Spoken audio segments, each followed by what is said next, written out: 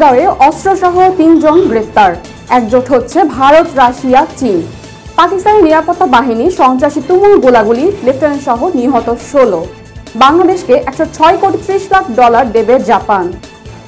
আসসালামু আলাইকুম, আমি সুমাইয়া সুইটি। দুপুরে সংবাদে আপনাদের স্বাগত। রাজধানীর খিলগাঁও থানাধীন নিউ রসুলবাগ এলাকা হতে অস্ত্রসহ ৩ জনকে গ্রেপ্তার করেছে র্যাব। বৃহস্পতিবার সন্ধ্যায় রাজধানীর খিলগাঁও থানাধীন নিউ রসুলবাগ আলহজ গ্রুপের টিনের ঘরের ভেতরে অভিযান পরিচালনা করে তাদের গ্রেপ্তার করে র্যাব 3 এর একটি দল। একসময় তাদের কাছ থেকে একটি বিদেশি পিস্তল, একটি ম্যাগাজিন জব্দ করা হয়েছে। আরো জানাচ্ছে নাহিদ কামাল। এইবারে চলতি মাসের শুরুর দিকে রুশ পররাষ্ট্রমন্ত্রী সের্গি ল্যাভরভ বলেন, ভারত ও চীনের মধ্যে পশ্চিমারা সংঘর্ষ বাঁধানোর চেষ্টা করেছে। ল্যাভরভ দাবি করেন, ভারত চীনকে একে অপরের বিরুদ্ধে দাঁড় করানোর চেষ্টা করেছে পশ্চিমা বিশ্ব।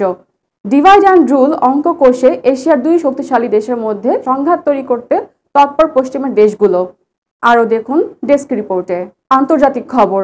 পাকিস্তানের খাইবার পাখতুনখোয়া এবং বেলুচিস্তান জুড়ে অভিযান চালিয়েছে দেশটির নিরাপত্তা বাহিনী। এতে নিরাপত্তা বাহিনীর 4 সদস্য সহ 16 জন নিহত হয়েছে বলে পাকিস্তানের মিডিয়া উইংয়ের পক্ষ থেকে বলা হয়েছে।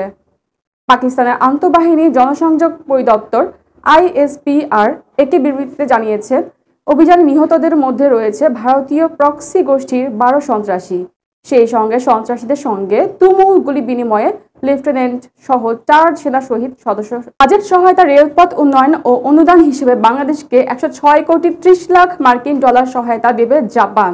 আজ টোকিওতে জাপানের প্রধানমন্ত্রীর কার্যালয়ে প্রধান উপদেষ্টা ডক্টর মোহাম্মদ ইউনুস ও জাপানের প্রধানমন্ত্রী শিগেরু ইশিবার মধ্যকার দ্বিপক্ষীয় বৈঠকে এই আর্থিক সহায়তা অনুমোদন দেয় দেশটি।